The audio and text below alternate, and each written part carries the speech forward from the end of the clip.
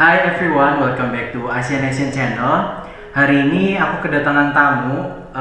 Aku collab sama channel Buku Petunjuk. Di sini ada Pak dosen. Aku manggilnya Mas aja kali ya karena masih muda. Mas Jadi aja, ini betul sekali. Mas, ya Mas Bagas.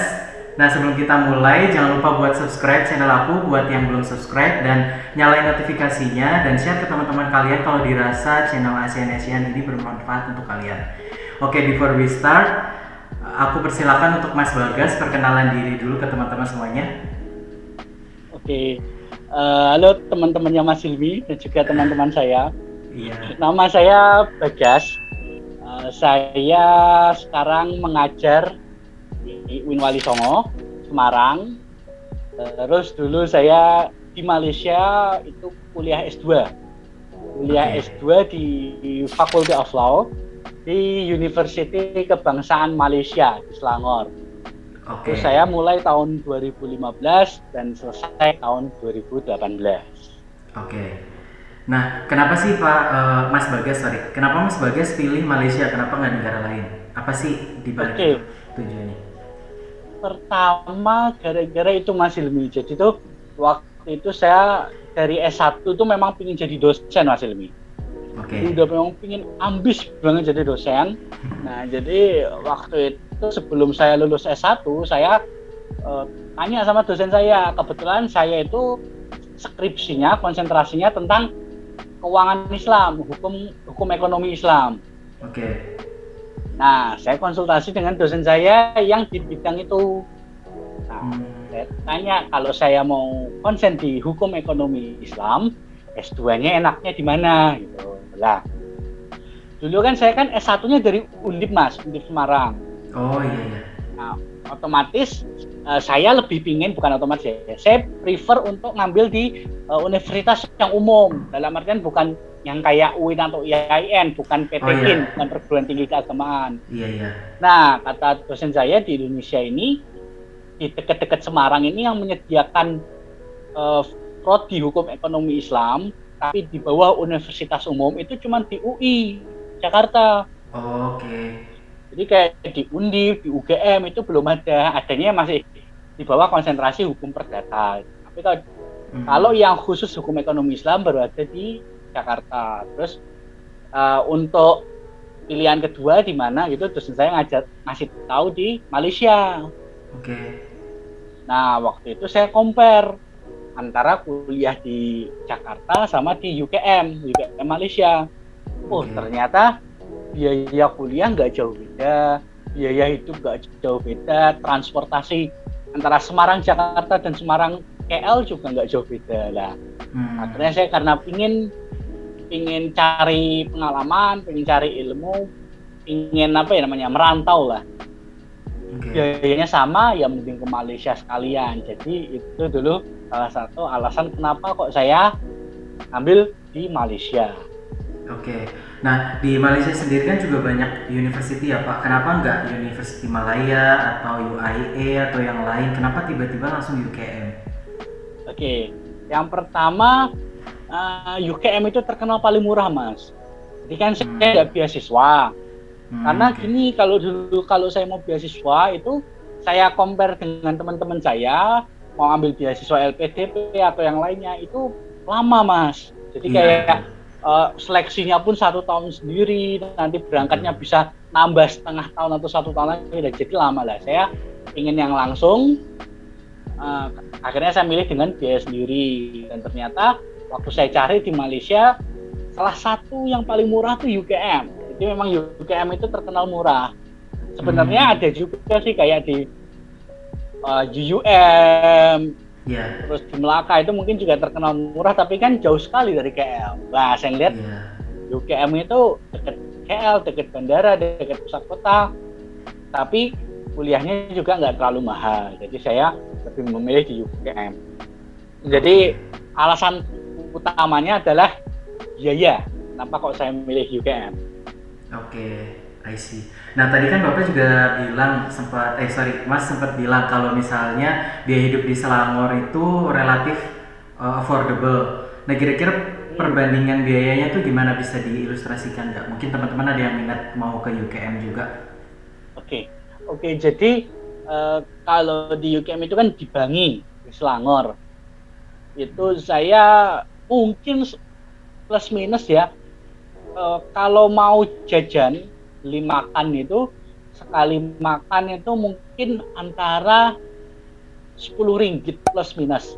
Jadi bisa 7 ringgit, 8 ringgit atau bahkan 12 ringgit, 13 ringgit, maksimal 15 ringgit. 10 sampai 15 ringgit itu sekali makan yang udah enak banget. Iya. Tapi kalau mau agak ngirit itu bisa dapat 5 ringgit, 7 ringgit itu bisa. Itu kalau mau yang agak-agak ngirit gitu ya. Iya. Terus kalau dulu saya lebih ngirit lagi, saya masak Mas Ilmi. Oh iya. Jadi saya masak sendiri. Saya kadang satu rumah itu kita gantian masak gitu. Wah, kalau masak itu mungkin 10 ringgit bisa untuk 2 hari gitu ya, atau mungkin paling enggak 10 ringgit bisa untuk 3 kali makan bertiga orang gitu. Jadi wah murah banget gitu kan. Misalkan hari ini saya, besok kawan saya, besok kawan saya. Iya. Jadi dulu saya serumah 3 orang. Oke. Kalau Dulu masak parah. Oke. Dulu tinggalnya di kondominium atau di university residence atau gimana, Mas? Saya di apartemen, Mas. Jadi saya di luar kampus, di semacam hentian Kajang itu ya, Mas ini mungkin pernah tahu ya hentian ya. Itu kayak semacam terminal, tapi atasnya ada apartemen. Saya dulu beli di situ yang paling murah. Dulu berapa kira-kira sewa apartemennya per bulan? Saya itu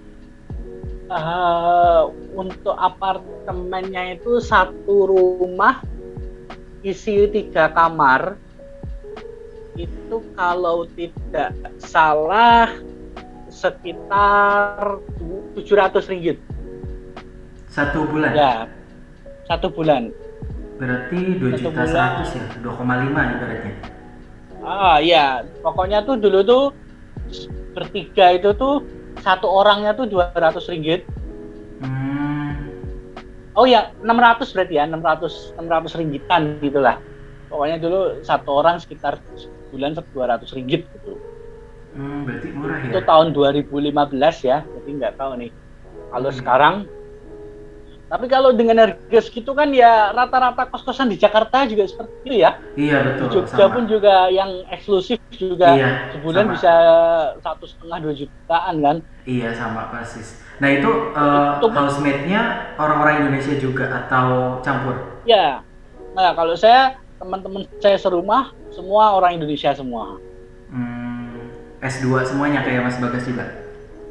Enggak, malah saya paling kecil. Dulu teman saya 2 orang lebih senior, udah pada S3 dan udah pada kerja udah apa ya 30-40 tahun lah gitu. Jadi udah bapak-bapak gitu. Oh, oke. Nah, tadi kan Mas Bagas sempat ngerasain kuliah di PTN dalam negeri ya. UKM itu kan juga PTN di Malaysia kan. Kira-kira perbedaannya apa? Perbedaan yang signifikan kuliah di PTN Indo sama PTN di Malaysia? Oke. Sebenarnya saya agak kurang apple to apple Mas kalau membandingkan antara S2 saya di Malaysia dan S1 di Indonesia. Karena kan nggak apple-nya karena di Malaysia S2, di Indonesia S1. Cuman secara singkat gini Mas Ilmi. Kalau saya ngerasa kuliah S1 dulu, kita nggak perlu ngeluarin effort yang besar-besar banget untuk dapat nilai bagus. Iya setuju. Iya kan ibaratnya kayak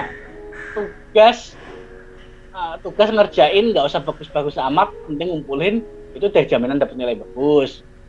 UAS juga paling cuman sebutkan 5 apa, jelaskan ini, sebutkan ini gitu-gitu doang kan. Iya. Makanya dulu kita kalau S1 kita nyambi organisasi ini itu pun oke aja kuliah nggak terkendala itu. Cuman dulu saya itu bisa dibilang kuliah S2 itu dalam tanda petik kayak gagal Mas, ada momen gagalnya. Saya kuliah S2 3 tahun Mas Ilmi.